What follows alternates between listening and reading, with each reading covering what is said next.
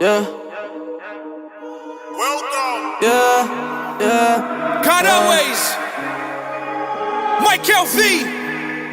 I done wasted enough of my time. I'ma need that back. Yeah, time after time with I've been roll out of line like I don't read the signs. I'm so done with the lies, that's why I ain't got no time. I ain't got no time. I ain't got no time. I ain't got no time. I ain't got no. Boy ain't looking at the clock. Stepped up in the game like rock. Ball boy with the hook, can't stop. Like the dread on my head, stay locked. Look, always no island. Stay fly, no pilot. All beef, no diet. Real G, stay silent. I'm all for the mission to pray for the attention because the best of us come with complacency issues. And then the chosen and high cause replacing, no picking the tissues. They thinking and crying and laughing and ain't for the miss you. I've been up like all night, working on the crab cause the sucker don't ball right. Then we about to swing cause we ain't about to fall. I'm living on my knees cause I know it ain't all I. Oh my God, never gonna stop. Think I'm finna go and change my legal name to Pops. Y'all a bunch of birds, I ain't even gotta fly. Looking for the beat, find a line up in the drop. See it at the top, praise be the job. I ain't need a job, glory to God. Millie with the rock, Jordan with the house. Catch me at the Grove, 10:30 on the dot, boy. Yeah, time after time with I've been roll out of line like I don't read the signs. I'm so done with the lies, that's why I ain't got no time. I ain't got no time. I ain't got no time. I ain't got no time. I ain't got no. Grown man, how I'm moving with the rock. Y'all swine, how you moving with them ops. Self-made hobby up in the shop. Stay paid, I don't care about the props. Praise God, change ways. Never been just about a payday. Glow up, then it turn into a melee. Coming down, so they hollering out Mayday. Yeah, if you doing this for dollar signs, odds you are out of line. Yeah, pay attention to the product line before that is modified. Yeah, eyes up on the bottom line before you are out of time. Yeah, out of body, moving me so out of mind. I can see through all their jealousy. Can't compare to all the pedigree. They saying it's sinning, but all I'm seeing is jokes. They never want any smoke, they feeling it and they throw only a matter of time. This is Beyond the Showroom, where you'll learn tips and techniques on the car buying process, how to get the best deal, what scams to watch out for, and much more. Here's your host and one of the foremost automotive business experts in the country, the Chevy Dude, Mike Davenport.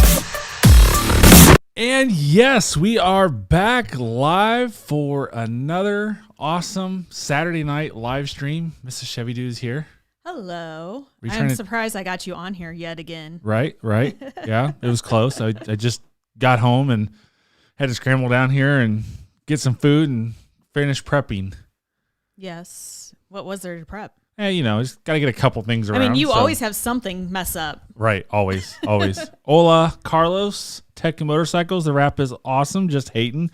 Yeah, they're not a fan of your song starting out the show. Oh, really? But if they listen to the lyrics, yes, some of it has a lot to do with things that you have overcame or overcome daily with hate and, people just trying to constantly belittle you. I'm interested or fascinated that you picked up on that because I've never told you that. I've kind of heard that same exact message on there, so it's always awesome.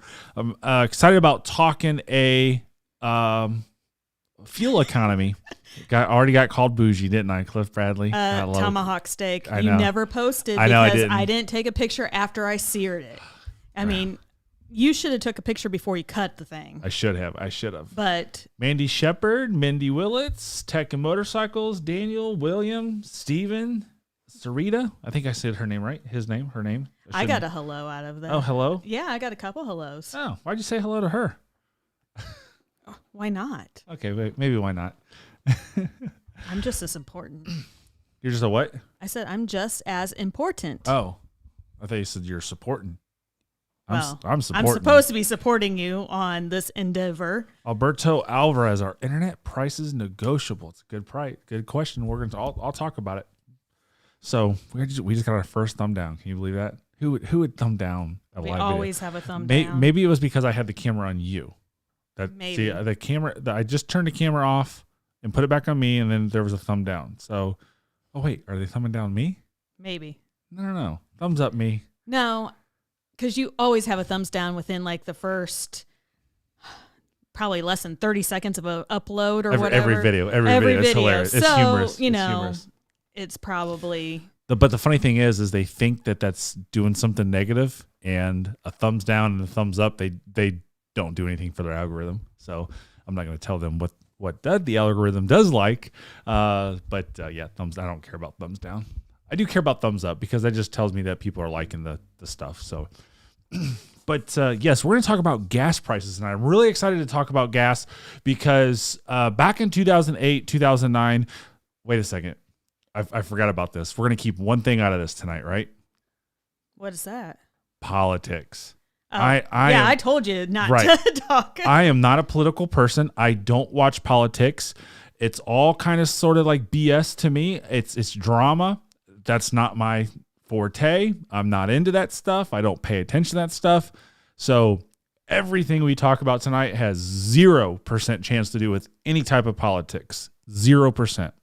So, but what I was getting ready to say is I experienced this in the car business in 2008, 2009, and 2008 we hit gas prices like $4, and then I think $5. But it was, it was wasn't up it even there earlier than that because we had our Saab at that time that was getting like 15 miles per gallon, and I know I was paying $3 or $4 a gallon. Yeah, I mean we had the Saab, but that ended at the end of 2008. We got that in 2006 as a 2-year lease. So, but I'm just saying we were paying high gas prices at that time. Yes, we were. So I experienced this in 2008 and 2009, and I gave good advice to people that they completely ignored. So hopefully this advice tonight that I give you does not go ignored, because my goal is to kind of enlighten you and kind of see what my point of view is, and nothing I say is going to be a blanket statement, right? Nothing in life is a blanket statement. This is the way it is. This way it has to be. We're done, right? That just doesn't happen. So I'm just kind of go off of a few MPGs that I've used, a couple of dollar amounts that I've used. I'm trying to go a little crazy on the dollar amount because I'd rather come back. I'd rather have someone say you were wrong. I saved more money, right? I would rather do that rather than like, man, I took your advice and it bankrupted me, right? I don't want that to happen either. So 2008, just before the Great Recession, yes, lasted into 2009. I can't remember back then. It's crazy that I kind of remember it, but kind of don't remember it. So part of it was, I think that we were in the process of moving from northern Indiana to southern Indiana. You actually lived down here in southern Indiana for almost a whole year before the rest of us joined you. Yeah, I came down here in March of 2008.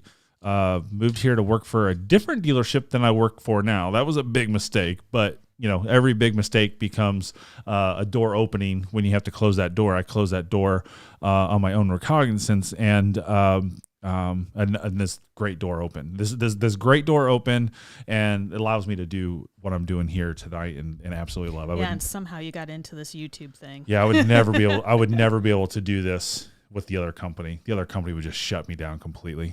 So, but my dealership, they don't care. They let me do what I want to do because they know that I do everything good and do everything right, and they have confidence in me. But, back in 2008 and 2009, truck and SUV prices just plummeted. I mean, you bought a truck for $35,000. It was worth $15,000. It was worth $20,000, like in a few months like that, with hundreds or just barely, not even 10,000 miles on it. It tanked that quick. And I don't foresee that happening with gas prices if they go back up to $5 per gallon this time. But if they do, I want to kind of talk about it a little bit, right? So oh look, William already said Yep, it. I already William saw already it. said. Are you reading, William? Are you reading my notes? Don't read my notes, William. So William said, "How much do you really save from 15 to 30 miles per gallon?" Let's talk about it, shall we?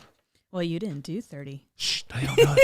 They don't know that yet. They don't know that. You know I like to spoil Now any of your surprises. Now everybody's gonna get off. Like, you didn't do 30 miles per gallon. I spoil it every time you try to mess with the kids. I don't know. I can't play along. Hi, Corey. So I wanted to do 20 miles per gallon, and I'm using fueleconomy.gov fuel economy calculator, and I'm using $2.50 per gallon and $5 per gallon, and on an average of 15,000 miles per year, and also doing 55% in city driving. Okay, this is the fueleconomy.gov personalized fuel prices and driving habits calculator that you can find. So at 20 miles per gallon, at $2.50 per gallon, how much do you think you spend per month at that? At 20 miles per gallon, $2.50 per gallon, put it in the chat. And then $5 per gallon. What do you think you spend? 15,000 miles per year. Put it in the chat. And we'll answer that here in a second. So at $2.50 per gallon, at 15,000 miles per year, you will spend on average of $156 per month on gas. If you have $5 per gallon, what do you think it is, Mrs. Chevy Dude? Well, double. Which is? I don't know. I wasn't listening. Oh my goodness gracious! You're not listening again. Chat. I'm not supposed to listen. So, $5 per gallon is $313. So that's a difference of $156 per month. So on 25 miles per gallon at $2.50, chat. What do you guys think? $2.50 is $125. $5 is $2.50, which is $125 difference per month. All the way down to 15 miles per gallon. $2.50 a month. $2.50 a gallon. $208 a month. $5 a gallon, $4.17, so a total of $209.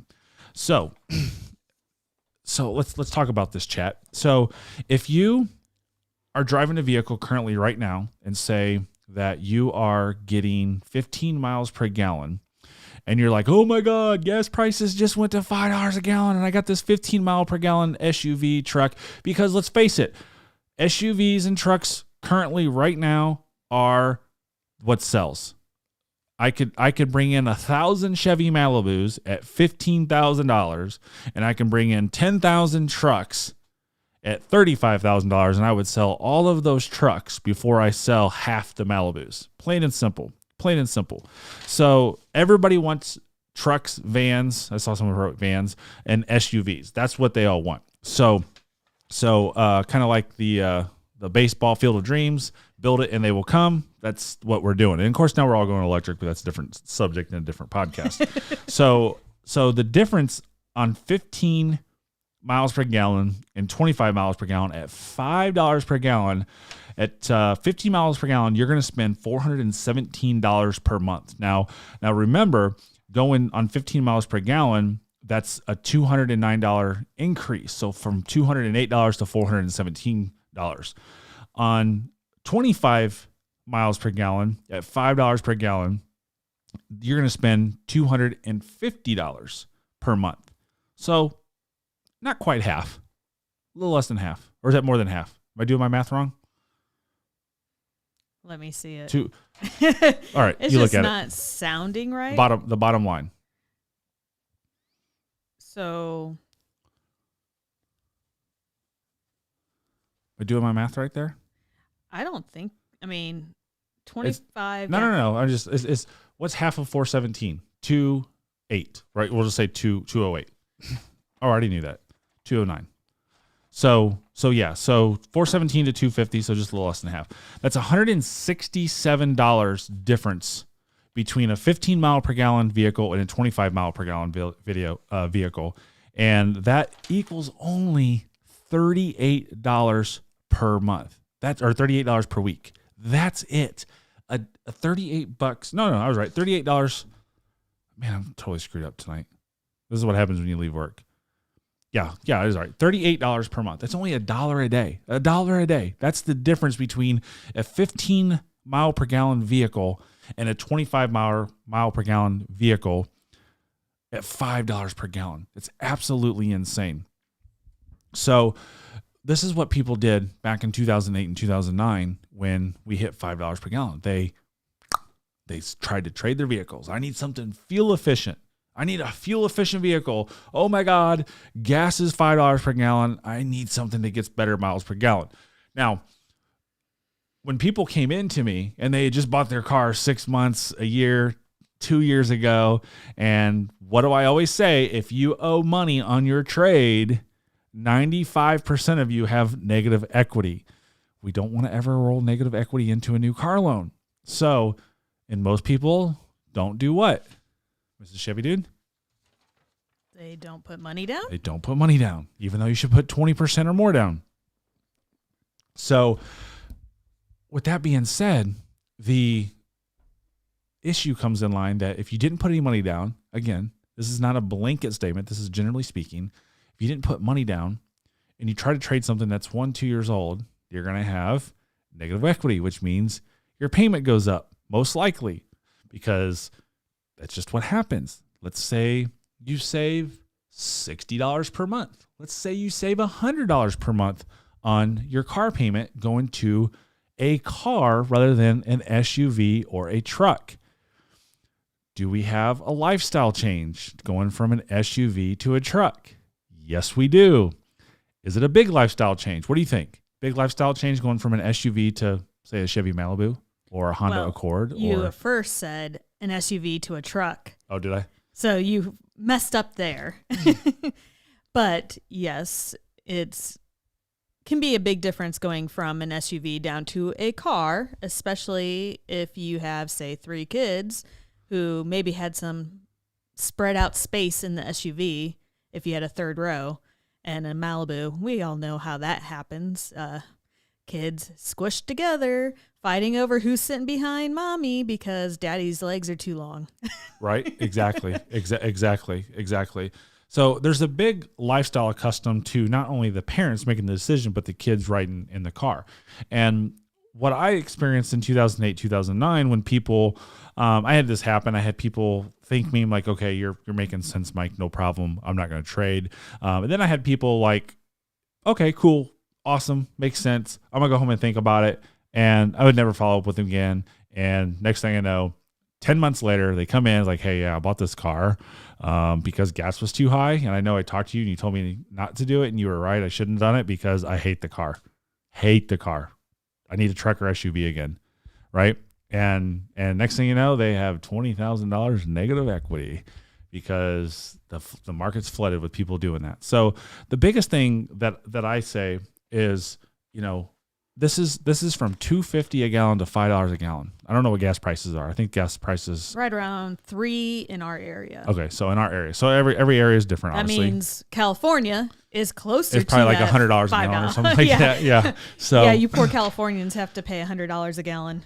So with that, you know, it's not a big deal to have higher gas prices. Now, we don't want to spend the money, right? We never want to spend the money. We want as little money going out as possible every single month and more money to the things that we love to do. If it's sporting events or travel or whatever the case may be, we don't want those. We don't want to like sacrifice those things. But I'm telling you, you're going to be in the long run in a worse position of car buying and financially if you try to trade because I can't afford the gas in it, right?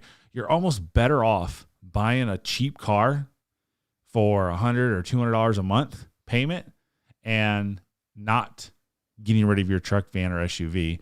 And you'll probably find that you'll still drive that truck, van, or SUV with sporting events and stuff like that. But Cassandra said $3.66 a gallon in New Hampshire. Yep. Crazy. They're getting up there. Bob, how's it going, buddy? And, you know, the same thing goes for groceries. if anybody's been to the grocery store in the last year, you know darn well you're paying almost full price for the majority of the stuff you buy, especially paper products and cleaning supplies. Those things have gotten outrageous. So, it all hurts. I mean, got to spend a little more money on gas, got to spend more money at the grocery. It all adds up and hurts no matter what. Yeah, and that's the biggest thing is, the average grocery bill. I always love to Google this because people always kind of like bash car dealerships for, you always figure out monthly payment and stuff like that, various things. The average, let me see what this is. I'm going to do this. Average grocery per month. So the average family spends 150 to 300. One person ranges from 150 to 300. Where's that one average that I have? Here we go. 26. The average U.S. the U.S. household budget for food is $39.85. So $39.85 as per almost year it says. Yeah. Per year. Yeah. I don't think that's right. Yeah. That I gotta find this seems one low. stat. Yeah, it is really low. So the average household cost was $6,623. That's roughly $26 annually per person. Yeah, so that's per person. Oh, somebody said it's only $380 in LA. That's pretty cheap. Yeah. So I was seeing when I did the research last time when I was talking about monthly payments and stuff like that, the last time I looked at it was like over $500 per month for a family to buy groceries and what they spend. So with that being said, then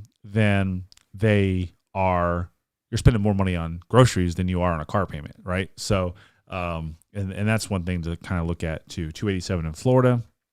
Yeah, awesome. I always found it funny how as we've gotten less and less people in this house, I am still spending the same amount, if not more, in groceries each week. What?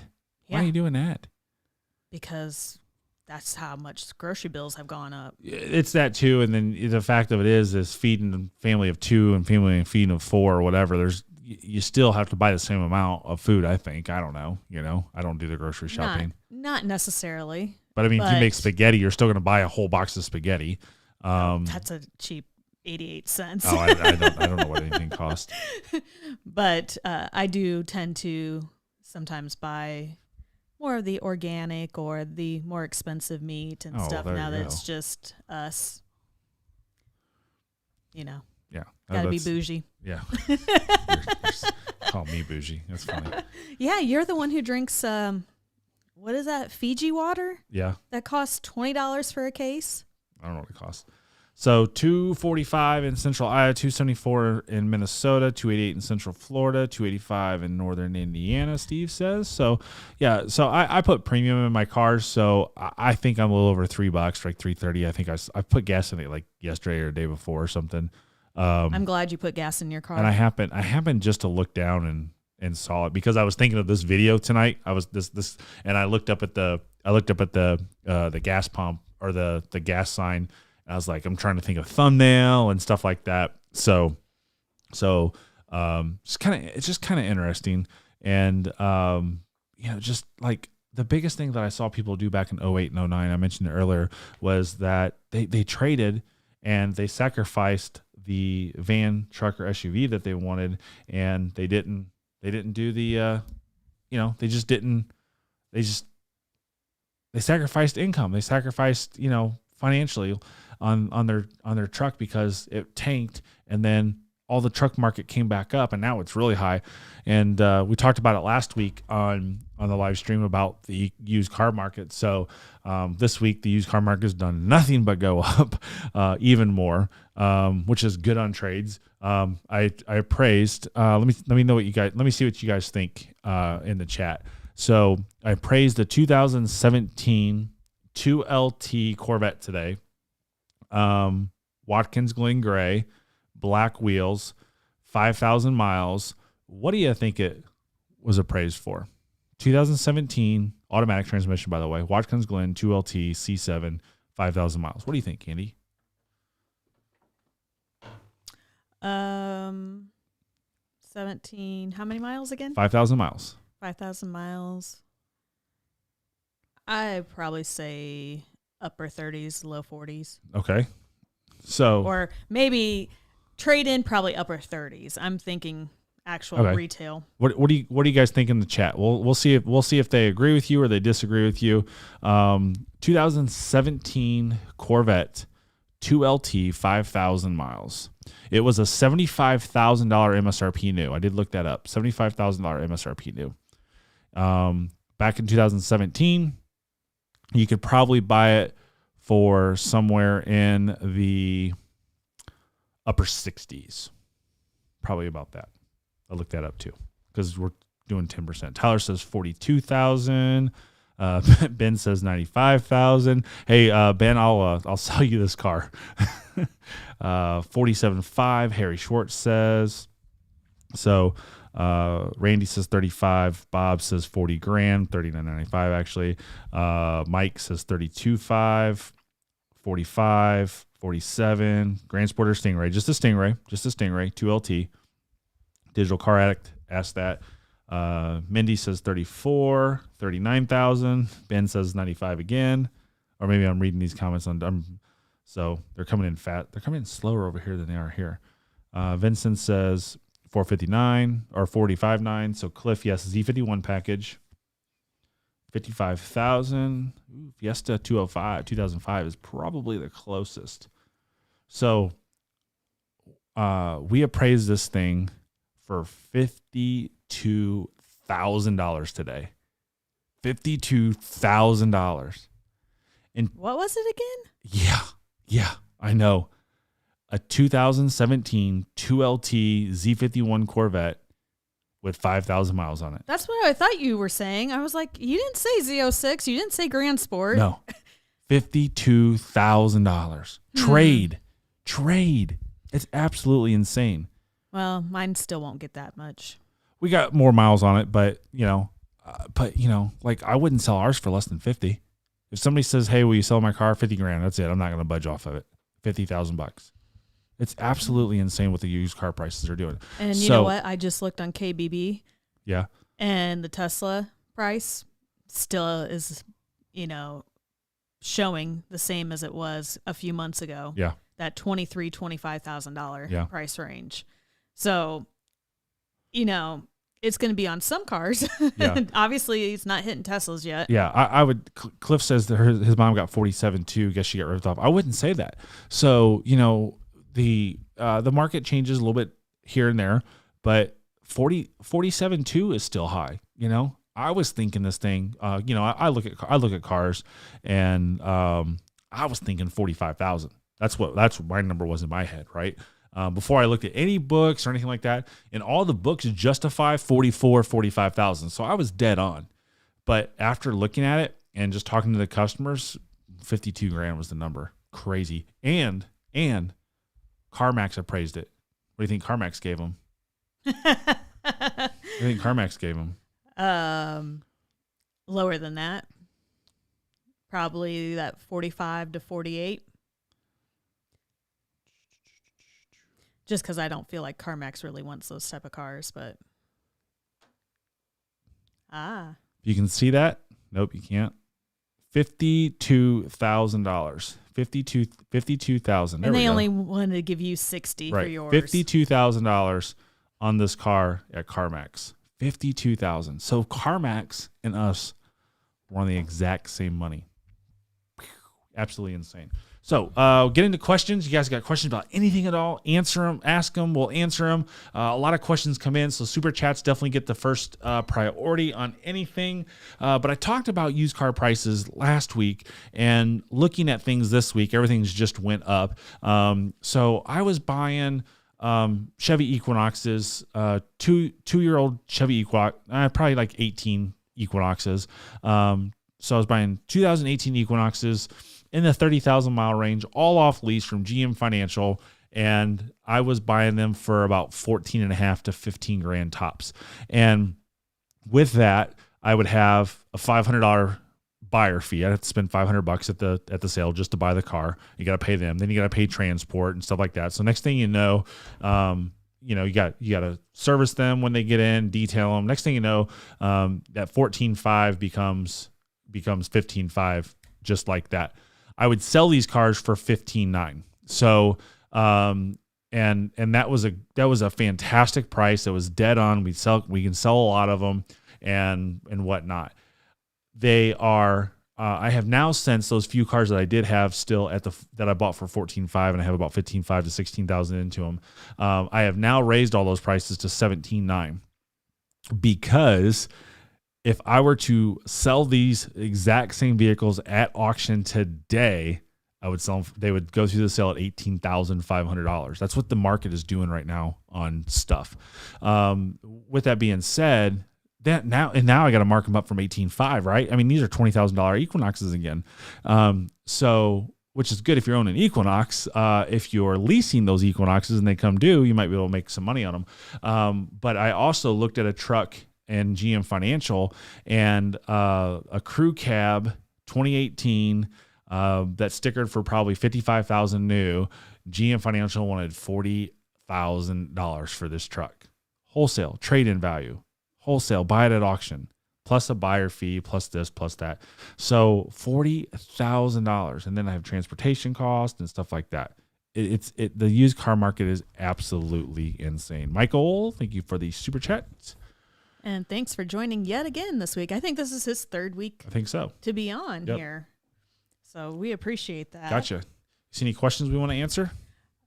You know, people aren't putting They're just chatting. They're all chatting about these prices that, you know, people are getting for their cars. They're insane. You know, it's just like I knew I was going to take a lot of heat last week on the C8s for sale, which I sold one of them right away. I still have the 2LT black one with the competition racing seats in it.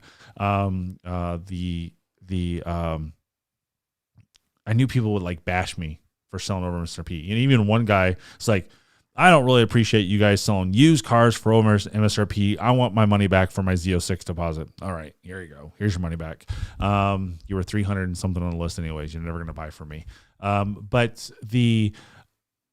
I can't control the market, right? And I even try to make that point kind of clear, you know, and I don't want to be a jerk on to anybody for any reason, but I try to make that clear that, you know, I don't control that. So Cassandra asked, I want to buy a truck from you. How can I get in touch with you? ChevyDude.com is how you get in touch with me. And the best thing I can do is say, look at our website and make sure we have the truck in stock. Or if you want to order a new truck, then we can order a new truck. But ChevyDudeStore.com Not is where Chevy it's Dude at. Store. Or ChevyDude.com. ChevyDudeStore.com is where you buy this awesome merch. ChevyDude.com is where you get in contact with me. You can put something on my calendar and we can schedule it up. Yeah, the best way is definitely to put something on his calendar if you're wanting to purchase a vehicle from him. You guys have no idea how many DMs and, you know, emails and everything else that comes through. And, you know, it can be hard to keep up on all that stuff, trying to make sure everybody gets helped that needs help. It's crazy. So should I buy an extended coverage on a CPO vehicle? Yes. Buy extended warranties, buy extended warranties, buy extended warranties. I'm a huge fan of extended warranties because we are driving computers. So I can only talk about personal experience. I can't talk about, again, nothing I say is ever a blanket statement. It's based off of experience. It's based off of knowledge. And the thing that I see is we had a car that the passenger airbag sensing went out, and that cost $1,100. I paid $50 because it was under my extended warranty. We had a transmission go out. That transmissions now are $4,000 to $7,000 depending on the car. We didn't pay. We paid $50. That got put on their extended warranty. So I'm a huge fan of extended warranties, and this is where people will tell you to not buy extended warranties because they're a ripoff, right? And they're not a ripoff. So if you buy an extended warranty and you spend $3,000 on that extended warranty, and you get, let's say you get 7 years on that, you spend $3,000. Oops, do that again. That costs you $428 per year, or $35 per month on the extended warranty. Where can you go and lock in today's prices, right? So you're spending $30,000 on an extended warranty, and you're locking in all of the parts and labor prices as of today. And that's why I like it, because I know over the next 7 years, my out-of-pocket expense outside of a deductible or copay is no more than $35. And I'm absolutely guaranteeing my repair cost over the next 7 years. And now you can do 10 years warranties. We do a 10-year, $125,000 warranty. I sell those on Corvettes all the time, and that's a good thing. So these computers are not cheap. These computers in these cars do break, and parts are not cheap, and parts are going up. Labor's going up. You have a labor of about $150 an hour now. So that's crazy. So, and I knew this was coming up, and I'm glad Danny said this. Extended warranty companies have to make money, otherwise they'd be out of business. Yeah, absolutely. Everything in this company, unless you're a nonprofit, or everything in this world, unless you're a nonprofit, a company is for profit and for business. And profit's not a dirty word. Profit is good, but they do make money. They're a reassurance company. So they make the money, and they're banking on you not to make a claim. They don't want you to make a claim, right? But when you buy a new car coverage warranty, it tells you in a little box what is not covered. And that's what you want on a new car coverage warranty, is what's not covered, because those things not covered is very little things: paint, glass, trim pieces, wearable items, interior, like the leather and the cloth and stuff like that. Those, the clutch on a manual transmission. I do need to find out about clutches on a dual clutch transmission. I'm not sure about those. But it's just silly things like that. Lenses, plastic pieces, stuff like that. You're rambling. No, I'm not. So I'm giving great information as far as what these cover, right? Because people are misinformed on this stuff. So that being said, you're guaranteeing your cost over X amount of years to do it. And another big thing too is like, well, I've already got 3 years of coverage from the manufacturer. Your manufacturer, the biggest thing you should never say in your life is bumper to bumper warranty. There's no such thing as bumper to bumper warranty. That's a terminology used from the 80s or the 70s or whatever that has not been used in my 21 years of selling cars. It's limited warranty. Limited. The key word is limited. Look at your owner's manual. Look at your window sticker of your car. What's it saying there? Limited warranty. They tell you what's covered. Yes, it's safe to say and assume that bumper to bumper is what's covered, but you have multiple warranties with your car for 12 months, 12,000, this, that, the other, whatever the case may be. So everything's different, and that's the biggest thing there. Tech Motorcycles, thanks for the super chat. He says, as you seem to be the best at building SCA and other package trucks, how regular do you order them, or is it based on what info you get from a customer? I plan on saving the 20% and then contacting you. Well, thank you for doing that. We really appreciate it. I really want to keep like 10 SCA trucks in stock, but I can't do it. As soon as I get these things in, they sell immediately. And it takes me almost 6 months to build them. So I try to get like 1 or 2 per month is what I try to do. I can build them exactly how you want. I just built one for someone exactly how he wanted. And that'll be here in 5 months. So we can build them exactly how you want them. They don't have much leeway and stuff. Like this guy wanted a 4-inch lift kit rather than a 6-inch lift kit. And I'm like, well, why do you want a 4 over a 6? And he says, well, the ride. Okay. There's no difference in ride between a 4 and a 6-inch lift kit. And the 4-inch lift kit was the exact same price as the 6-inch lift kit. So there's not much there. It's definitely no savings aspect of it. So we get them all the time. We're obviously currently out right now because I sold both of ours a couple of weeks ago, 4 weeks ago, 3 weeks ago, this month, right? So, but no, I love the SCA trucks, and the big thing too that people say on those is they're a waste of money. They're marked up. Well, yeah, they are marked up. They're again profit company, but the issue that comes in play is when someone buys a truck, this is typically their daily driver, and they don't want to hassle with the time and effort to get this truck built. They don't want to have to hassle with, do I want this company? Do I want this company lift kit? Do I want these tires? Do I want these wheels? What do I want? What rims do I want? What fender flares do I want? What steps do I want, right? It's done It's all backed by us. It's all backed by SCA. It's all backed by General Motors. And if something happens, then you just bring it back to the dealership and we take care of it with no problem, no questions asked. So that's the biggest benefit of it, is the time savings that you get. So, yep, just let me know when, and we'll make it happen. Simple. Okay, another super chat from Michael. How much does the C8 extended warranty cost? So C8 extended warranty is roughly right around $3,800 for 10 years. And I can't remember the mileage. I think it might be 100,000 miles. The C8, I think it's 10-year 100, 10-year 125. Don't quote me on that. But I can quote you $3,800 because I sell them every day. And I just can't remember the mileage on them because nobody cares about mileage on the C8 on a Corvette, right? They all care about time. So for $380 per year, when you do the math, that's super cheap to keep your rolling computer safe. So 8 years from now, something goes out, you're covered. Okay. I'm going back through chat because there was questions I saw earlier, but you were so long-winded. I wasn't able to get them out.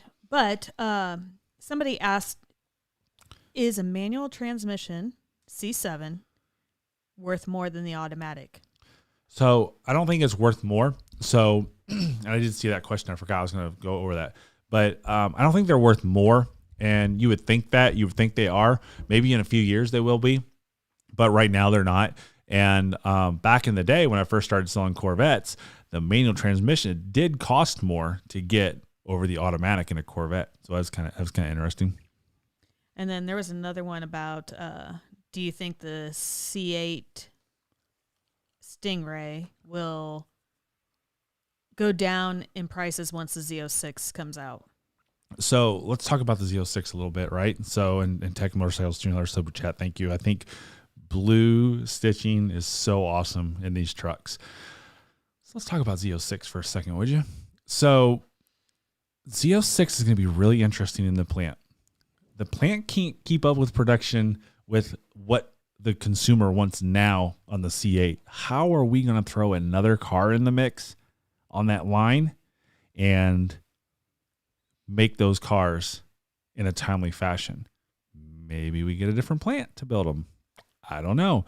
But that's going to be the trick to this question, because I don't see the C8, the base C8, like going down in production when they announce the Z06, because the Z06 is going to be a $90,000 car off the bat, right? It's going to be $89,995. That's what it's going to be.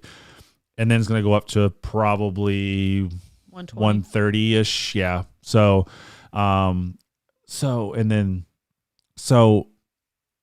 that takes a special buyer to spend $90,000+ on a car. You see most of these spending about 80, 85 grand right now, currently what I see. So it's going to be interesting that people want this car. This is a hot car, and I'm super excited to be selling these cars. But I don't think that these cars are going to come off a sticker for 4 or 5 years. I think they're going to stay at MSRP and above for 4, 5, 6 years, which is great for everybody. It's great for the buyer. It's great for the seller. It's great for used car market. It's great for everything.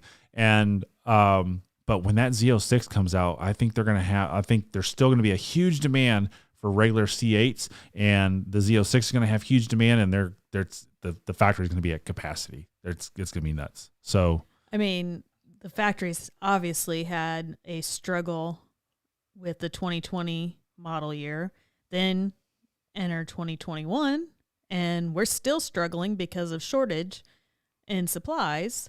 So yeah, who knows how they're going to try to do that. Otherwise, the Z06 might be a very low production car for the first few years. I think it is. I mean, you look at it now. The guy who picked up a car today, which if you pay attention to social media or get into the Chevy Dude Discord channel, I'm gonna post this. I sold a car to a guy who this is his business. He rents cars on Turo. And so he's going to be renting this out on Turo in Indianapolis, Indiana area, which I think is really cool. So if you want to set in one, drive one, it's going to be a cheap thing that you can go out and just drive it for the day, which is awesome. And I'll post. I told him, I said, hey, listen, I'm sure there's people out there that want to be able to rent this car and just drive it at their leisure. So when you post it on Turo, give it to me and I'll post it. And this is like, I'm not, he's not paying me to do this. I just think it's a good thing for the Corvette community to be able to test drive these things. Cause I've got this one used car on my showroom floor, and all I have is do not touch signs on it. I don't have sold signs on it because it's not sold. But people are coming in every day. Hey, can I sit in this car? No, you cannot sit in this car. Oh, really? Because I need to sit in one before I can buy it. Sorry, you can't do it. I'm not taking the risk for somebody getting in there and cutting the seat. I'm not taking the risk of someone getting in there to damage the vehicle in any way, shape, or form. And then we got coronavirus. So that's a big thing. But also this car's got GT3 seats in it. So I don't want to give them a bad experience sitting in these competition seats because they don't know. People just simply don't know. Oh, they just want to sit in one. And 90% of the people who come in and sit in one just want to sit in one. I had someone in there last Saturday. Hey, can we sit in this? I'm like, if you want to buy it, yes, you can sit in it. Well, I can't buy it unless I can test it out. And I said, if you want to buy it, you can sit in it, but you can certainly buy it and test it out as much as you want after you buy it. And he says, don't you know who I am? And I said, I know you're not going to be sitting in this car, and he got mad and walked out, and he got in his Ford Escape and left. So I was like, okay, well, anybody who says, don't you know who I am? I've never sold them a car. It's kind of like people walking in. It's like people walking in, who here wants to sell a car? So whatnot. You're buying Advocate. Yes, that's awesome. So he says, do you think people that hire a car broker's Concierge Smart talk to you Monday about finishing up that Camaro deal? Oh, I'm not going to say no right now. Call me on Tuesday and we'll talk about it. No, I'm just joking.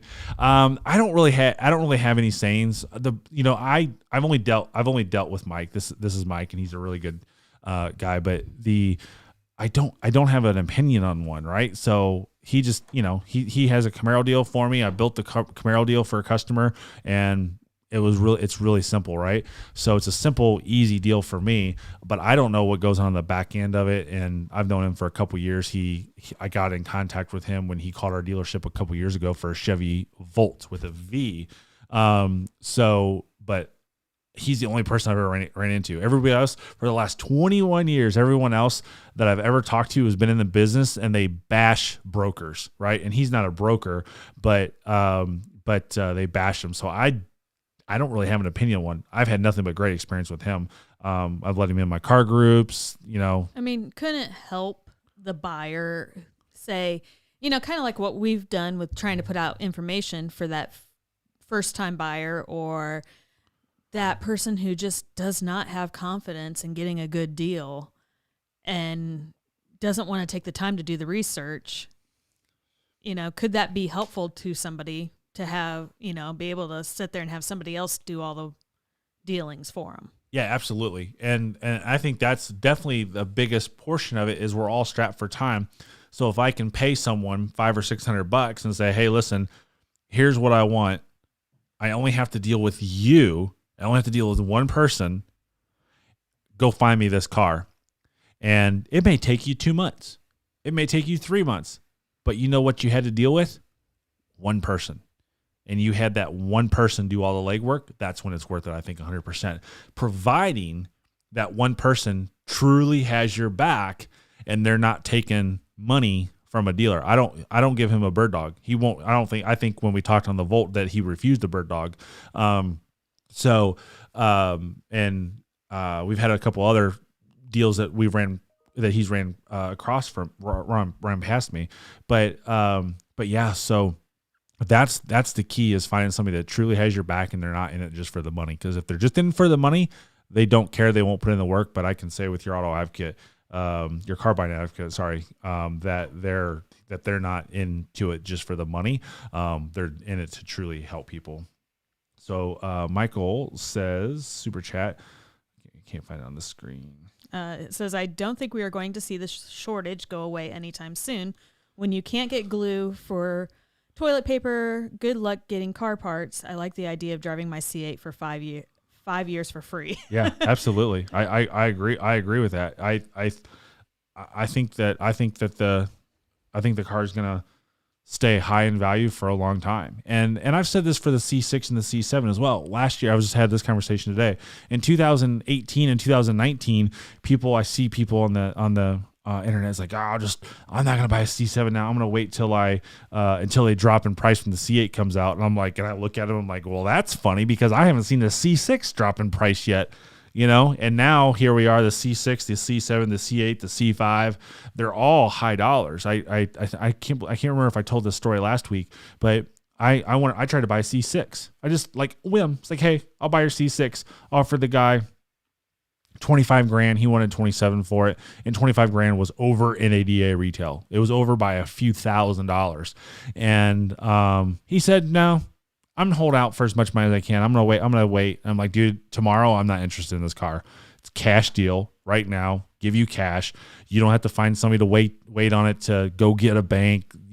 I said literally cash right now. No messing around. And he hasn't sold that car yet, to my knowledge. So, but it's kind of interesting. So, but that's the kind of games that we have to deal with. So, Juju, how do you say it? Zuzu. I was thinking Pittsburgh Steelers guy, Juju. That's what I was thinking, Juju Smith, I think. Is that his name? I don't know. I have no clue. I've seen him on TikTok here and there. I had plans to buy a 22 Silverado. I don't know how to pronounce that second name. This coming yearly, early next year, do you foresee a major supply issue in the coming future for those models? Yes. So we talked about this a little bit last week. That I can talk for my dealership. Again, nothing blanket statement, generally speaking, but I do talk to a lot of dealers, and our inventory for trucks, SUVs is down 80%. Inventory down 80%. I'll post something on Instagram on Monday or Tuesday. I'll go shoot a video walking around the lot, and then I'll show you a Google Earth image of what our lot usually looks like. Dude, I'm telling you, I was talking to somebody today who's at our store all the time. He's like, they said it before I could. You guys don't have any trucks. We usually have 300 trucks. We have like 12 in stock. That's it. It's absolutely insane. But yeah, inventory is so low right now. So I think it's still going to take about another 12 months to catch up, which means like I'm selling all my Silverados. Like, listen, if you call and want me a Silverado from me, I'm selling it to you for MSRP. There's no discounts on a Silverado. And has GM taken away rebates? Only $1,750 in rebates. That's it. So they basically have taken away rebates. So I talked about this in my video in September, right? When I said don't buy a car in December, right? Because I was like, buy a car now, because I was seeing this happening. And so a year ago in 2019, we were selling Silverados for $15,000 off MSRP. Now you're getting $1,700. It's a huge difference, huge, and it's all based off of supply and demand. And I'm happy to sell things at MSRP. I usually get $100 for every new car I sell. So now I'm getting like $300 based off of gross. So it's I'm happy to sell them at MSRP because it increases my income too. But that's just good for all of us, right? So it's good for, yes, we pay more, but our cars are worth more as well. Yeah, I mean, I was just thinking about the housing market. Is ridiculous right now. And, we've talked about it multiple times. We would love to sell our house, but we have to pay more money for a new house, or we need to find someplace really cheap to live. And I don't know where we'd put all our cars. Yeah. So, and that is a big deal on, buying houses right now. Like OSB board, you could buy for like $10 a sheet. $5 a sheet, and now it's like $30 a sheet. I was talking to a supplier today, and he sells like building materials, and he says that he for insulation by the semi-truckload, it's taken 3 to 5 months to get in. That's kind of telling me we might be waiting even longer before we redo my kitchen. Oh no, the kitchen's fine.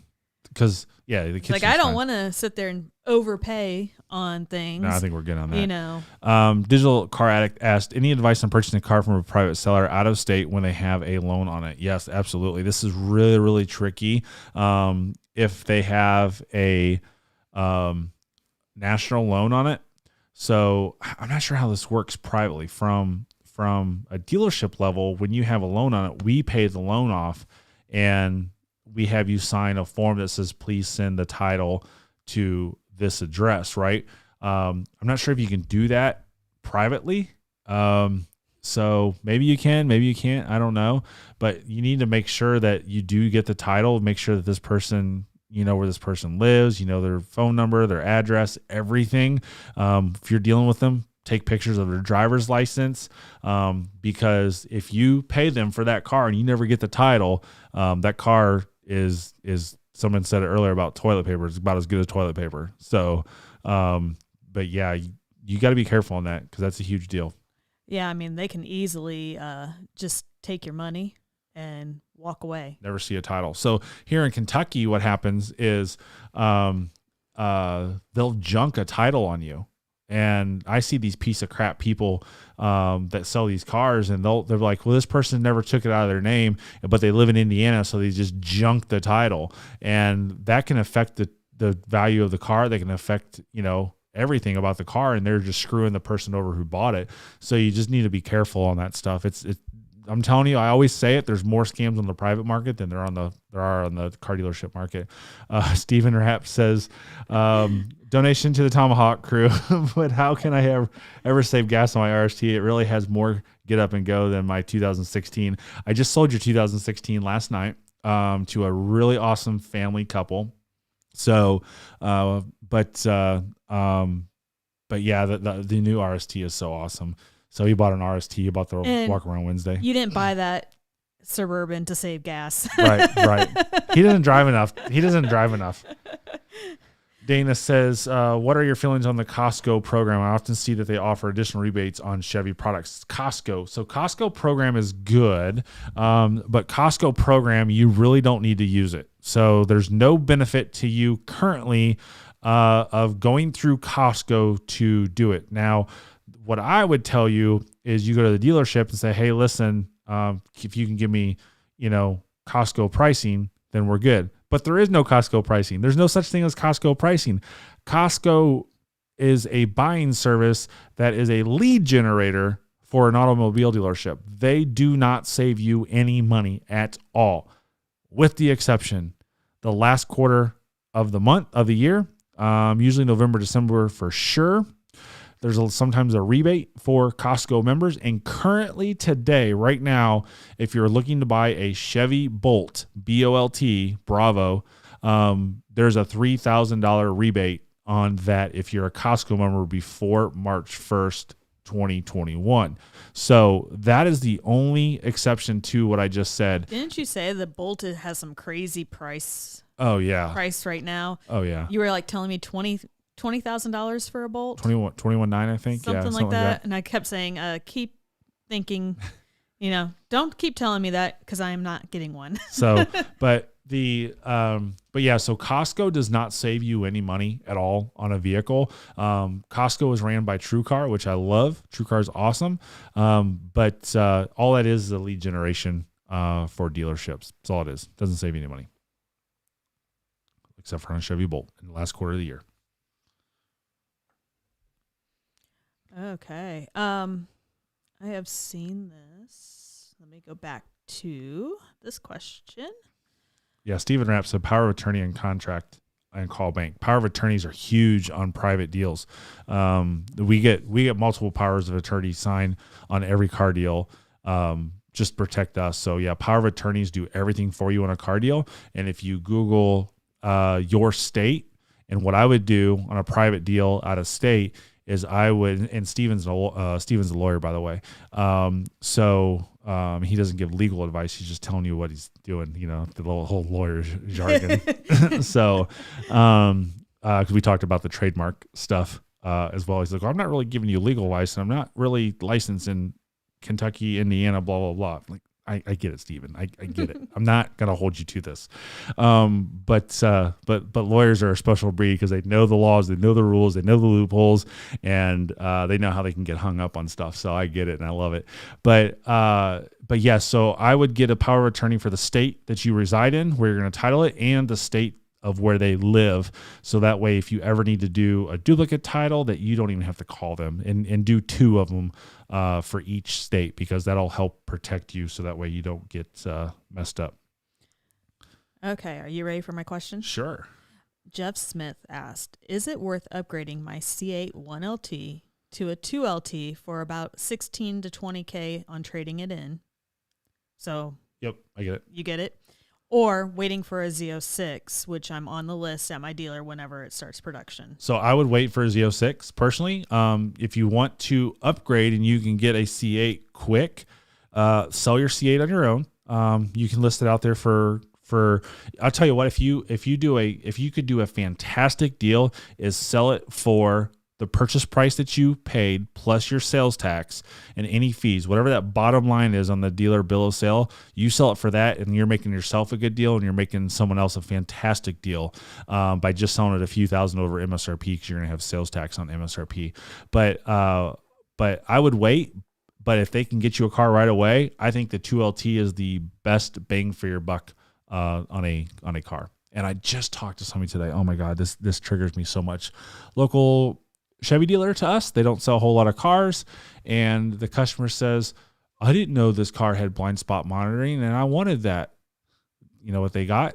They got a 1LT, because the salesman didn't know what the hell they were doing, and now they're buying a car from me.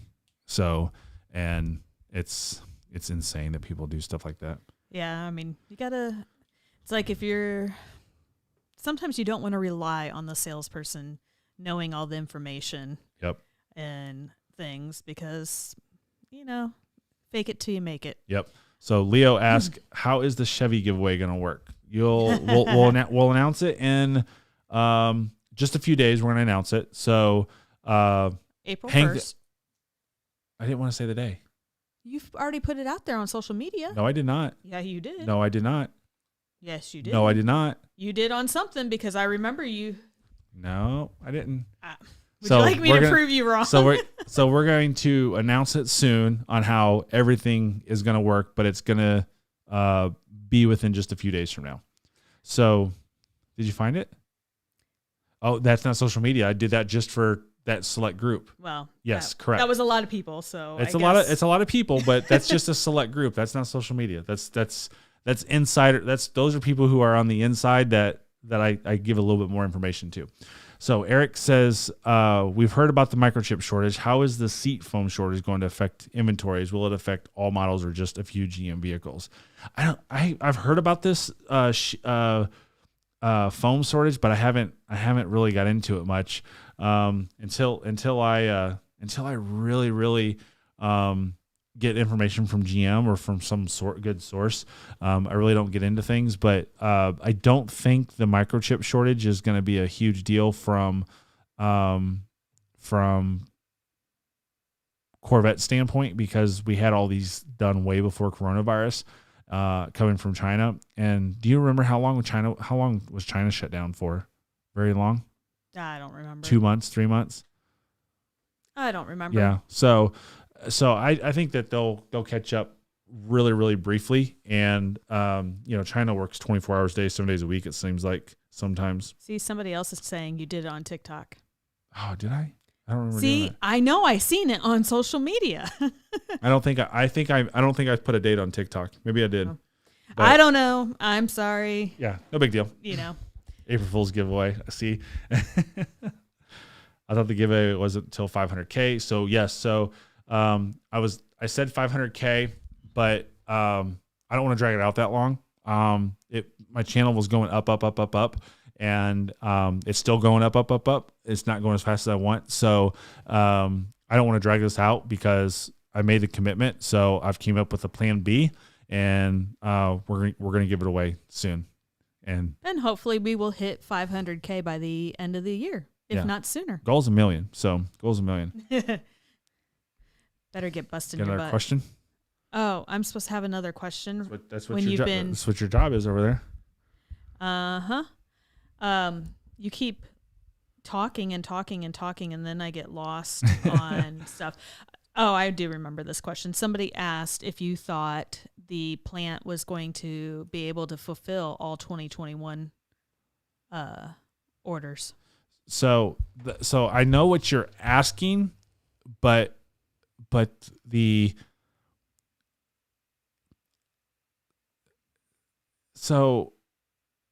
answer is yes, because the plant only accepts so many answers. Like, they fulfilled every 2020 car that they accepted to be built, they built, right? So I know that's not the question you're asking. I know you're asking, like, people who think in their head they're getting 2021s, will they fulfill those? No, the answer is no, they will not. But every order that the plant accepts that goes to 2000 status will get built 100%. They did it for 2020. But you got to realize that April of 2020, April of 2020 was the last time that they accepted orders, and it took them all the way until end of December to get those done. So all those orders that they made for 2020s from, was it October 2019 to April? That was the 2020 model year, and they fulfilled 100% of them. But anybody who... Nothing got made in October. No, you could put orders in that you could put order when I put my order in. There was nothing made in 2019. Right. No, when my order went in. So with that being said, yes, they'll fulfill every single order that they accept. But they're not going to fulfill every single order that someone wants. What you want and what you have at 1100 status is different than at 2000 status. I can put 1,000 orders in today, right now, and put them in at 1100 status, but they will not build all of those. But every order that goes to 2000 status, they will build. What? Question? Well, we have a super chat. Oh, I see that. Kyle wants to know, can you negotiate a good amount of money off of a Camaro? I see people bragging they got all this money off their deals. So I always love this. So people will go out there and brag that they did this, they did that, but they really didn't do it, and they just want to be able to, like, try to one up someone. So on a Camaro deal right now, if you're getting $3,000 off on a brand new Camaro, you're doing good. But there isn't much more than that. So Camaros are real short supply. I have 0 new Camaros in stock. And I have a used 17 with like 9,000 miles on it. And it's still like $35,000 or so. So if someone's getting a huge amount off, they may be getting a huge amount off, but what they're not telling you is, like, so that big dealership in Miami, Florida, I'm not going to say who they are, but the big dealership in Miami, Florida, that gives stupid numbers off of all their cars, they make that up in another way by hitting you with a $900 doc fee, by having their F&I managers slam you into products that maybe you don't know that you want or don't know that you bought, or they hit you with that, hey, this car has this already installed, so you got to add that in. So they don't tell you that stuff. I always kind of laugh a little bit when someone goes out there and says, I got this deal, and then I'm like, well, let me see your bill of sale, and then it's crickets. Well, wait a second. If you're willing to say that you got this, prove it to me. Oh, crickets. I got nothing. They're not telling me. You have crickets right now. Okay. It was asked, what's a good price range for a 2014 Chevy 1500 Crew Cab LTZ with 90,000 miles? So say that first part again. 14 Silverado Crew Cab LTZ. 90,000 miles? Yep. 27,000. 14, 25,000. And for trade-in. No, let's go retail. Oh, low 30s. Yeah. So low 30s. Hopefully they haven't any problems with that 14. Yeah. 14s have been known to have some issues. Yeah. Yeah, but yeah.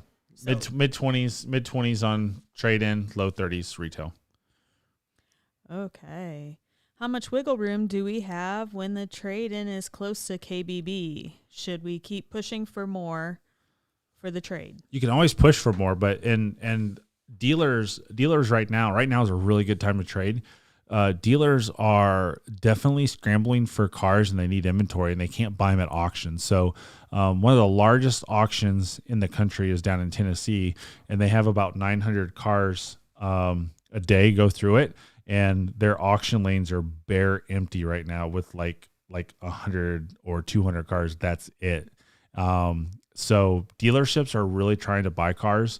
So definitely push for it, and definitely do, the Carvana, the CarMax, the Vroom, definitely get values from them. I have a Ford Mustang that I really, really want. But Carvana is offering way too much money. They're offering over retail money for it. So I'm like, let them have it. They can have it. Which is funny because we know when Carvana's offering stupid money, that means the next person's paying stupid money on it. Yes, correct. But they get the buying experience. They get the what? The buying experience. The buying experience? Yeah, that they get to buy it online and they get to buy it from a vending machine, and they don't have to deal with salesmen and just that BS that they send you. You're technically still dealing with somebody, but yeah, they're dealing with an 800 number that can't answer any of your questions. And if you look at the Fastlane truck, they cashed his check and they say, well, we don't have your check. We lost your check. They got his car, they cashed it, blah, blah, blah. So yeah, just look at the Fastlane's issue. Yeah. Well, and on top of it, it's like, if you really want to just go and pay the online price, go to any dealer. Yeah. People are the ones who want to haggle. The dealerships would love to just have one price and sit there and say, nope, we're not budging from that at all. That's what I do every day. Don't try to negotiate with me, because I'm going to tell you no. I don't negotiate at all. It's like, if I miss something, I'm not closed-minded, right? But okay, yeah, let me think about that for a second. Okay, I can probably do something like that. But like if you're like, well, I just want more money because I want more money, or I want it cheaper because I want it cheaper, that ain't happening. Promise you 100%. I'll never negotiate for someone like that for any reason, for any time.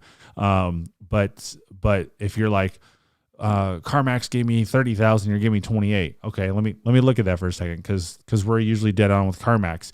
The Carvana, Carvana can buy all their cars they want at those stupid high prices. But yeah, so like today's world, negotiating a car deal is completely different, and there's hardly is no room at all on a car deal right now. Zero. Talking about great deals, Stephen Rapp says that's what husbands tell their spouses. Right. They got a great deal. Right. I've heard that before from somebody. Not from me. I never use the word great deal. Oh, are you sure? Mm-hmm. 100%. I'm sure you've told me that, we bought that Camaro for me because it was a great deal. No, I never say the great deal, because look up great deal, look up good deal, look up fair deal in the dictionary. It's not there. It's subjective. It's in your mind, right? Yes, and in your mind you thought it was a good deal. So the and people who get screwed over by car dealers, it's subjective. It's in their own mind. So because ultimately you're the one who signed for this, you're the one who agreed to all this, but it's always somebody else's fault. I don't know who this is. It wasn't my deal. I just overheard the conversation today. Somebody had a total loss and they had a gap claim. I've never heard of this before. And the insurance company literally itemized out negative $2,200 in value because they had a piece of crap car, right? So the gap insurance company says, we're not paying that $2,000. If the insurance company's not paying it, we're not going to be responsible for it because you beat your car up and abused it and whatever. I don't know the whole story, but that was something new and interesting I've never heard on gap coverage before. But it's our fault now, right? The customer called us and complained to us, like, dude, why didn't you call your insurance company? Why did you accept that? Why didn't you tell, hey, take that off, right? They didn't know either. I've never heard of this. So it's like, okay, that's something new. Listen, you tell me how much you're going to give to me in one number and one number only, and I don't care how you came up with that number, but don't let them itemize anything out if you have a gap claim. That's new. Yeah, that's kind of crazy. Yeah. All right. Got another question there? Oh, yeah. Scott says, I have an 800 plus credit score. Should I go get my financing or use the dealerships? So you can contact your own institutes, but I'm telling you, the dealerships are getting much better rates than you can get on your own. Again, not a blanket statement. It's generally speaking, but utilize what you can get and go to the dealer and say, hey, listen, I can get this. Can you get me a better rate? I had a customer that was like, hey, listen, I can go to Navy Fed. I can get 2.29% interest rate. We couldn't get there. We got 2.99.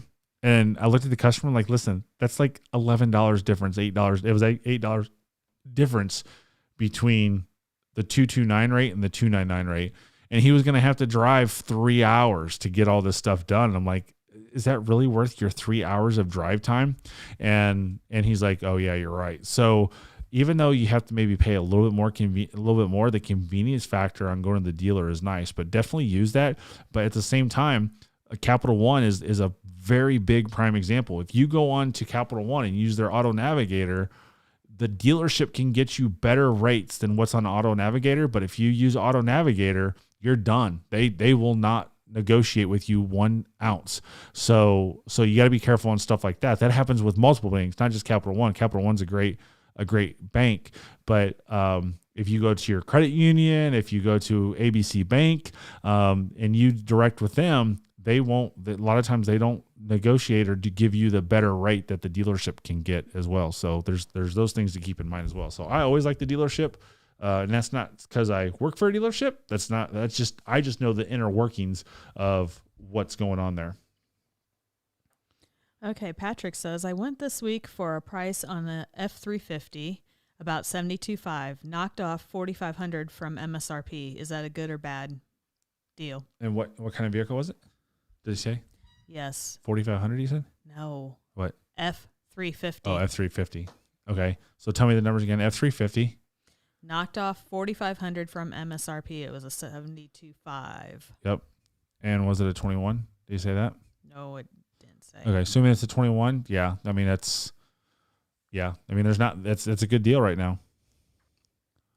USAA, Nathan says USAA loans all day. Dude, I blow USAA loan rates out of the water every single day. When people come in with their loan check, I make it a point to make sure I can beat USAA, because USAA and I'm a member of USAA, right? And you can tell me this, you can back this up. You call USAA, they are not interested in giving you a loan. They are interested in selling you insurance, selling you this, selling you that.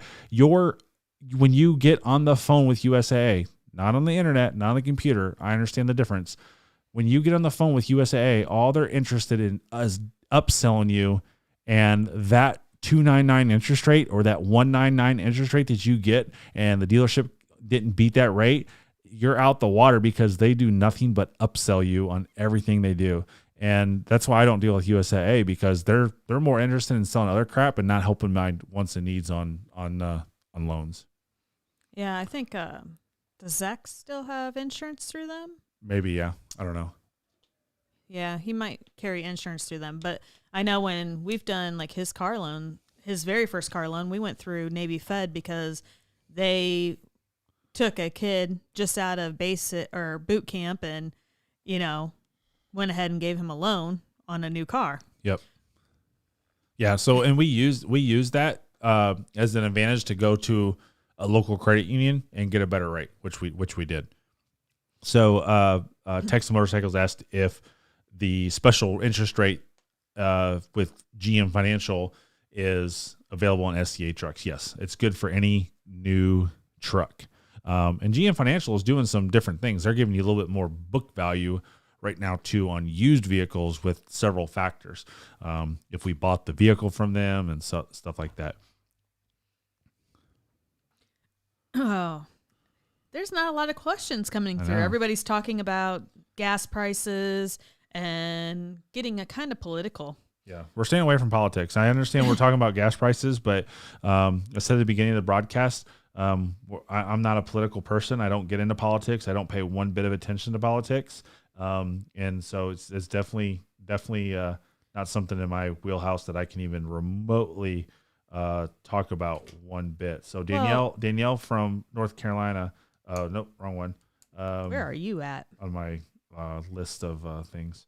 So I was just going to say that, last year with the pandemic and shutting down and everything, our gas prices got pretty dirt cheap and oil prices were dirt cheap. So right now, as everything is recovering, of course, they're going to go back up to semi-normal prices. Yeah.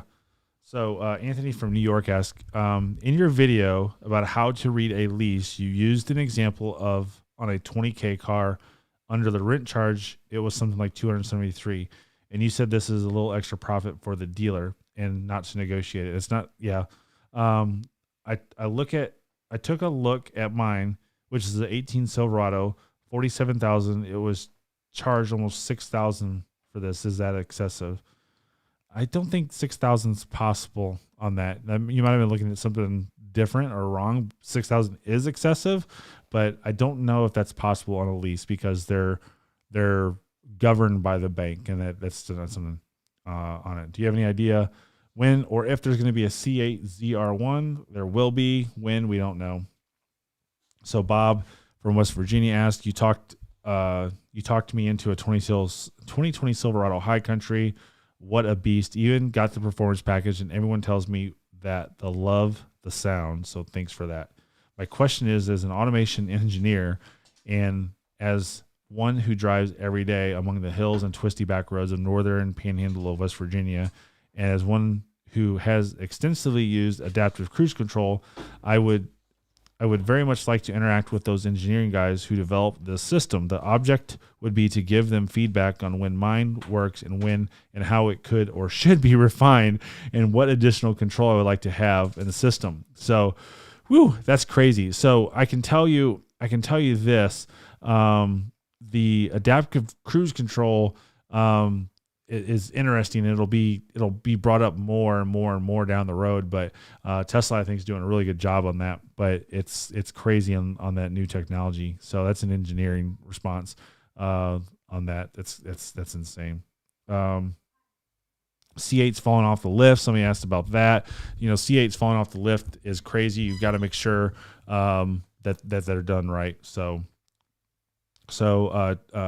he asked any suggestions on refinancing a used car loan. And my suggestion is don't refinance a car loan. Do not. There's very little to zero benefit of refinancing a car. The benefits would be like if you're paying 21% interest and you can get down to a 5% interest, right? That would be a benefit. But you want to make sure that you keep the remaining term the same. So if you've paid that for a year on a 5-year note, don't refinance for 5 years, refinance for 4 or 3 or 2. And that way you pay a lot less interest, but there's very few reasons to refinance a car. Just pay more money on it. Got 0% with GM. Do you think GM Finance is a good bank? Yeah, I've never had a problem with them. So, I mean, every company out there, including my own, has got a bad experience, right? But generally speaking, I don't think they have an issue. So should you go through the loan, the dealership offers to the bank? I think I mentioned that earlier. You can get something at your own bank, but look at the dealership. Don't be closed-minded on the dealership. Let them see if they can get you a better rate. If you're not willing to let the dealership look to save you money, don't ask the dealership to save you money on the purchase price of the car because you're closed-minded on that. So go in there and do that. Man, the chat started going fast while I was gone. Yeah, when you're gone. Yeah. Don't know if you have talked about this in your past videos or live streams, but when is GM going to put in the 12-inch radio display like Ford and Ram? I don't know if they're going to. I don't think it's going to be in the 22. But I've said it before. Ford and Ram, they're just putting little frills in there to make people excited and stuff like that, but it's not really needed. Once you get in there and start using it, it's like, I don't really use this big screen. It's cool to look at, but I don't really use it. I use a big screen all the time. Yeah, but you can't. But on Tesla, you can have multiple things pop up. You can't have all these screens. I love driving with the backup camera on. Yeah. That's the one thing I love about the Tesla is driving with the backup camera on. Yeah. Gator02, opinion on the new redesigned Bolt. I think the Bolt's ugly. I love the technology of the Bolt. I love the vehicle itself, but the looks are ugly. It doesn't look like a car. It needs to look like a car. It looks like a car. Yeah. But it looks like a Sonic. Yeah. I mean, I showed you one day because you guys had a Sonic EV, I think, in stock. Yep. And if you put that next to the Bolt, it looks the exact same. Yeah. Yeah. It's not. Now, I have told you the EUV, the Bolt EUV actually looks semi-decent. Yeah. You know, still not sure I would like it, but it looks more like an SUV. Yeah. Than what they've had. Floyd says, what kind of price can I get for my 2012 Chevy 3500 4x4 dually crew cab diesel, 94,000 miles, trade in or sell outright? So you can do either one. Definitely a very highly sought after vehicle with 94,000 miles. That's not even broke in yet, as we all say. But a 2012 Silverado, I don't know, probably mid-30s, I think. Just off the top of my head, it's not a quote. It's just kind of my thought off the top of my head. Maybe mid-30s trade in, low 40s retail. What do you think? I have no clue. I don't pay attention to trucks at all. Trucker Ed said, do you like the 21 Camaro? Yeah, absolutely. I got one on my showroom floor that I'm getting ready to deliver to a gentleman in Illinois next week. So, yeah, it's absolutely awesome. You always like Camaros.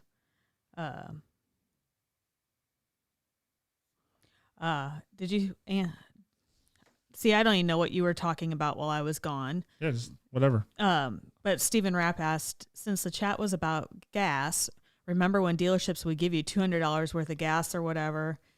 Does this still exist? Yeah. And should people fall for it? Yeah. So yeah, they did. I remember that happening. Now, I mean, it's a gimmick. I mean, anything that the dealership says they give you, a dealership isn't giving you anything. They're making that money up somewhere somehow. It's usually coming from your pocketbook. So I wish the car business would stop the gimmicks. I wish the car business would just be like, buy my car or don't buy my car. We don't need to entice you to do something. I'm not an enticing person. Maybe I'm wrong on that, but I'm just like, buy it or not buy it. I don't care. I'll move on to the next person. Plain and simple. That's not something that I'm trying to be negative on or like high horse or anything like that. It's just like people don't want hassled and haggled by people like me. So I don't do it. And that's simple. Then why do you hassle me? Oh, I like hassling you. I know. And then you blame me saying I'm the one who is bugging you. I mean, you did that the other night in bed. You sit there and start messing with me and doing things you know I don't like.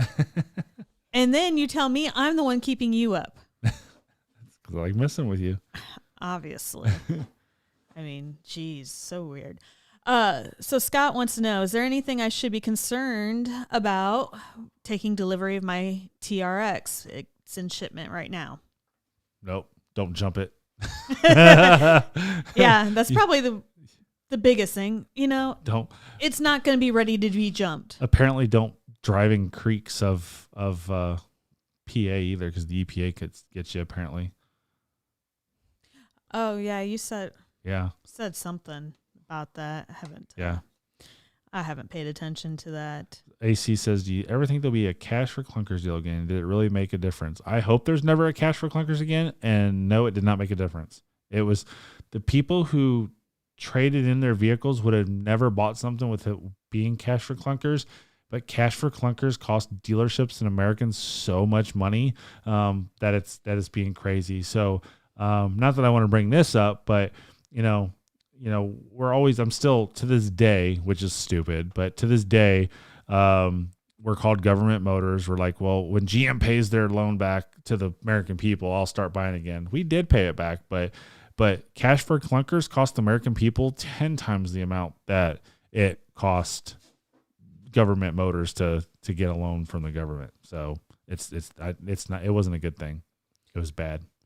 It was good for those people who needed possibly a new car. Yeah. So, but they wouldn't. They bought one because they saw the silver lining that they could get $4,500, $5,500 for their piece of junk truck in their front yard that was worth $100. Right. That's why they did it.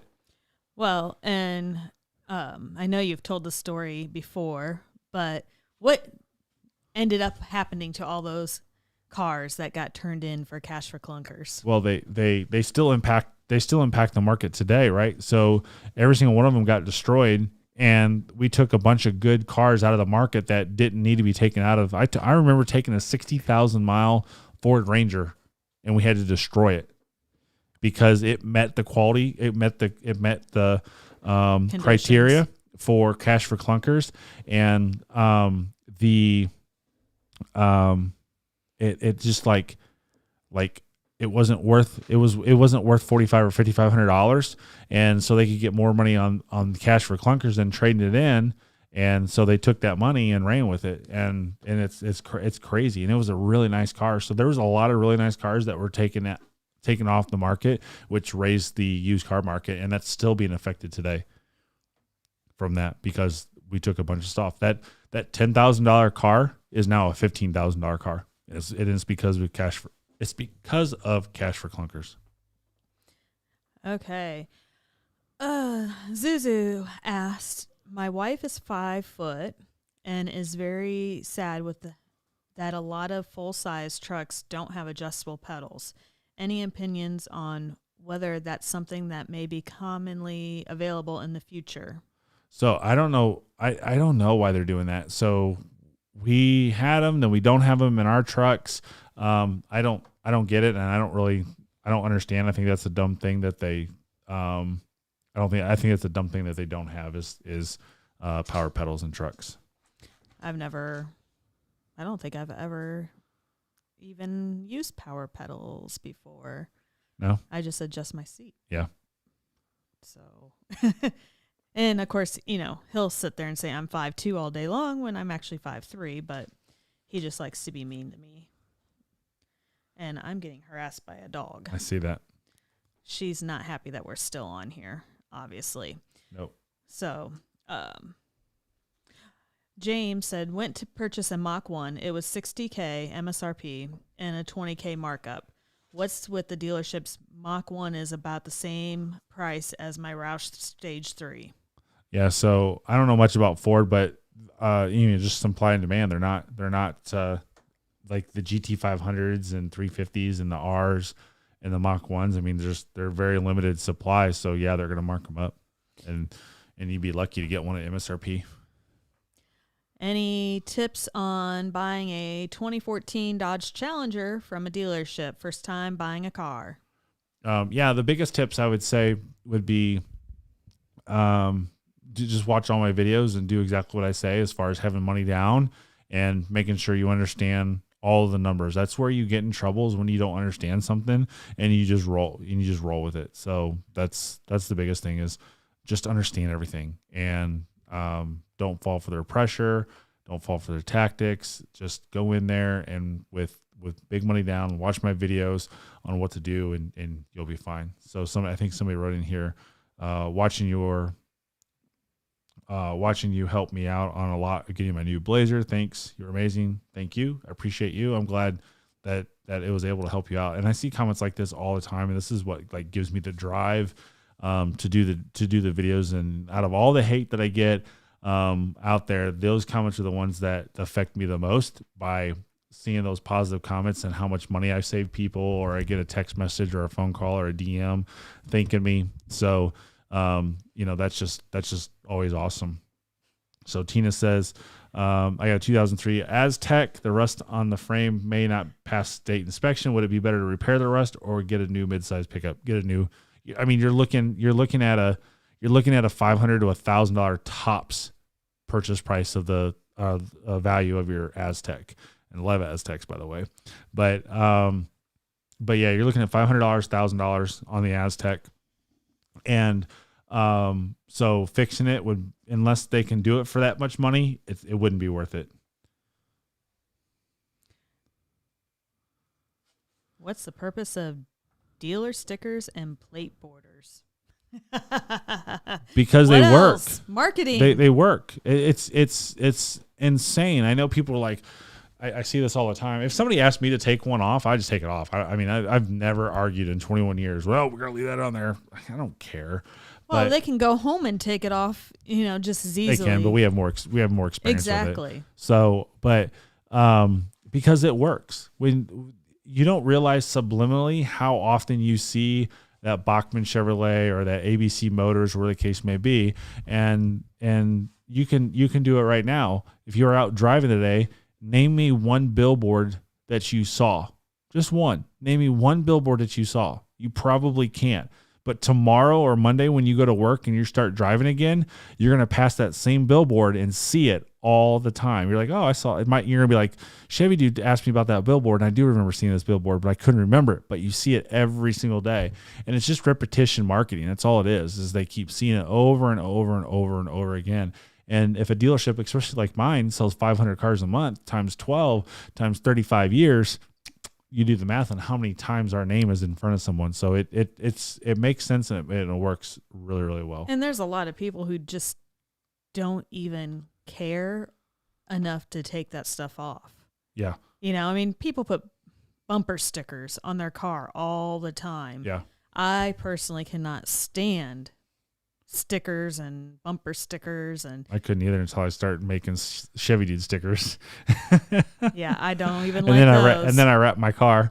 So and that's not my style. E-tailed asked, what's a good down payment on a $27,000 truck? So probably around $5,000 or $6,000 would be the good amount. So wherever your value of your car is, or the sales tax in your car. So $27,000. If you have 6% sales tax, you're already adding $1,600 to that value. So $5,500, $5,600, $6,000 is going to be the key thing. Yeah. You have a question. Can we get more Chevy Dude hoodies? Would love to support. Where do we go? ChevyDudeStore.com. So we don't have any. We got some hoodies on there, not the C8 wrap hoodies. We maybe have a couple left, but that we don't have very many of those left. Just a couple. So if you want to support, please go. So Steve said he loves the goose. Love the goose in the lot video. A friend who I mentioned to got goosebump. I can't talk tonight to a big goose hunter, and now wants to check out a new vehicle. So the video had impact. So that was a really cute. And if you guys don't know what we're talking about, check out Chevy Dude Shorts. Yep, Chevy Dude Shorts. I started a second channel, and I actually got a video I need to upload to it to bash Ford. But I just started a second channel. The guy behind my channel that's helping me out a lot. Shorts is this huge content based that you might see on YouTube, the short shelf, and it's just like TikTok videos or Instagram reel videos. And so I've been uploading on this new channel. So, but I haven't really talked about it much. I'm just kind of a little different content. Yeah. That we're going to try to be putting on that channel and getting that going. Yeah. And hopefully get it ramped up to where this current one is. Yeah. So Gator asked, what's the experience been with your Tesla? It's a Model X, right? It's a Model S. It's a 2013. Yeah. Model X, sore subject. He won't buy me one. So it's been good. It really has been good. What she knows more about it than I do, though. I mean, I personally love the car. I just enjoy driving it and enjoy not having to go to a gas station. But, I don't have anything bad. We've had very few repairs that we've had to or needed to do to it, that type of thing. Essentially, I just want something with more bells and whistles. So our 13S has no autopilot, really not much of anything. We have air suspension, and I think that's about it for frills on the car compared to other ones. It's got a whoopee cushion. I like the whoopee cushion feature. Didn't you say you were going to upload that or something? You were going to do something with that. that. I was. I forgot about that. Yeah, you have that video. Put that on the shorts. Yeah, I guess Instagram, so. something like that. So basically, yes, Model X sore subject because I want one.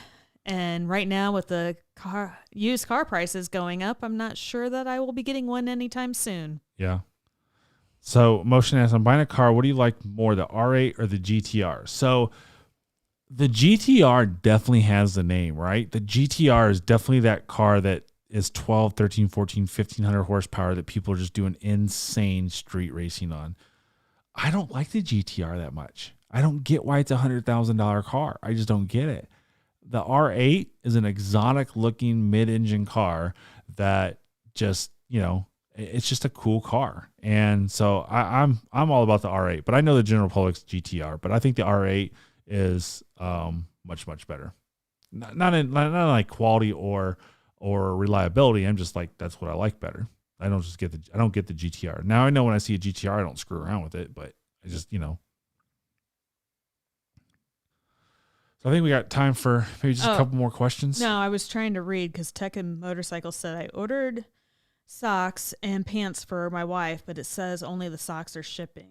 Oh yeah. So I'm a small business, and so what I'm doing is doing mainly print on demand stuff. So when you order this, I don't touch it. It just goes right to that company, and they ship it out. So the socks and the pants are the same company, but they may print them in like different parts of the warehouse and then ship them out. So I've never had a problem with the company. They do really, really good. I tested it out years ago. And then coronavirus, man, last year I found out who was good and who was bad. And so one company had really, really long delays, and a couple other ones, they figured it out and just kept rolling and rocking. And so I switched everything over to this other company, and so they're doing good. So it should be out pretty soon. You got another question? I was just wondering why my camera was being moved around, and I think the dog is playing with the tripod. Yeah, she's got her ball over there. Yeah, I bought her a new squeaky ball, and if you've ever bought squeaky balls for your dogs, our dog goes insane for maybe 10, 15 minutes, squeaking that thing all over the house. And then all of a sudden it no longer works, but she still loves her balls. Yeah. Nathan says that he's a traveling nurse, or just met a traveling nurse in Cali, where we are at work, said he bought a Subaru from Bachman, and it was a good experience. It's good. Glad to hear. We have far more better experiences with our dealership than bad ones. We're not a perfect dealership by any means, and I've never pretended that we're perfect. I know I put all this stuff out there that makes it look that way, but when you talk to me one-on-one, we have hiccups, we have mistakes, you're going to see a big mistake on tomorrow's video. Just things happen, right? But what happens is, if there is an issue or a problem, how you handle it. That's what it tells a lot about yourself, about your character, about your dealership. Yeah. And Tech and Motorcycles was also asking about the wrap hoodie. Okay. So we have like maybe just a few left. Well, he said he ordered one this week. Okay. But basically, I guess it was just more like shipping part. So I guess I'll say this. I've been trying to keep it private. It's not anything embarrassing or whatever. It's just part of being a small business. So with my C8 wrap hoodies, I was doing pre-order status on those because I just simply can't afford several thousands of dollars of product and guess what people are going to buy, because it's not something I've ever done. So I did a pre-order, and then I ordered exactly how many I needed, and the company I had make these did a piss poor quality job, and I rejected them, and now they're doing them over again, so it's taking longer. So you should get a notification soon. I'm hoping that they ship this weekend or Monday, and then I'll have them and I can ship them right out. But I literally have all my shipping labels for these, or this part of them anyways, shipping labels for them printed out on 3/8. So I'm trying to get these things done and get them out of my house, but should be real soon. So you'll see a shipping update when that comes out. You'll get a text message or an email shipping update with the tracking number. What happens to standard cab pickup trucks? They're dead. Nobody wants them. Everybody who says, "Man, I wish they'd do this," they don't buy new ones. No, you just can't buy them. Work trucks only. Well, it got so much to people using their truck for family stuff, right? Daily drivers, family stuff, and they wanted the room for the kids. So then, everything has shifted to making sure you have room for kids or you have room for 4 adults or whatever. And, people stop buying the smaller stuff. Yep. Then we got time for one more. You got a good one? Do I have a good one? Where do I start when looking for insurance quotes before I buy a car under $25,000? So that's a really good one, and I would really like to get a couple of my insurance friends on and talk about insurance, because I see people do dumb things with insurance. So basically, should you look for insurance before you buy your car? Because I guarantee a lot of people actually pick out the car they want and then decide, oh, I'm going to go call my insurance company, and then they find out, oh, insurance is going to be way much higher than their last car. Yeah. So if you I never look at insurance, and our Tesla is a prime example. We didn't know insurance was going to be so high on a Tesla. But for every other car, and I still don't look at how much stuff costs, but it's a good thing to know and understand up front. And most importantly, if you have never had insurance before, you need to get a good idea on what you're looking at vehicle wise. Get a VIN number before you set foot into a dealership, and then call an insurance agent. It's like, hey, listen, I'm looking at a Chevy Trax. Here's the VIN number. I'm looking at a Honda Pilot. Here's the VIN number. I'm looking at a Honda Civic. Here's the VIN number, whatever the case may be, and find out what insurance is. Because if you haven't had insurance or not long in insurance, then that's a big deal, and that can take hours to get done. So you want to get those quotes up front on that. And if you've had an accident and you only have one car in the household, do not cancel your insurance. Do not cancel your insurance. It's so important to not cancel your insurance, because that will kill you on insurance premiums when you go back and get a car. It's so unfair. And I talked to several agents. I got the same answer from all several agents, that if you don't have a car to insure, then they can't penalize you. But they find a way somehow, because I've seen some crazy quotes on insurance because someone had a wreck 2 months ago. They Ubered everywhere, and now they found a car, and they've been without insurance for 2 months, and now their insurance premiums are double what they should have been. So don't cancel insurance ever for any reason. Keep paying the insurance on a car you don't own. I'm telling you, it's worth it. It sounds crazy, but it's worth it from my experience. To me, that is absolutely silly, especially if you end up having that issue of not having a car for months or whatever. Because insurance, depending on how much, what type of car it was, your insurance could be killing you. Yeah, absolutely. And I think there's policies that hey, listen, I'm going to be driving friends' cars and I want insurance. You can get stuff like that and you're still insured. So that when well, who are you insured with now? Well, I don't have insurance. Who are you insured with now? Well, I have Progressive. Two totally different answers. And even though you're not required to have insurance because you don't have a car, I don't have insurance right now, they penalize you. So the question everyone asks is, who's your insurance company with? How long have you been with them, right? If you say you had a car, you bought a friend's car and whatnot, so and you only had insurance for a month, that's gonna hurt you. So it's crazy. All right, well, Steven, thanks for the super chat. Appreciate everyone. Keep throwing in comments. I'll look at them later on tonight and tomorrow, and if I can answer them, I will. But outside that, we really appreciate you being here. We're at 2 hours on the live stream, and that's kind of what we're committing to on Friday or Saturday night. So thanks. Have a great evening. We'll see you next week. Yeah.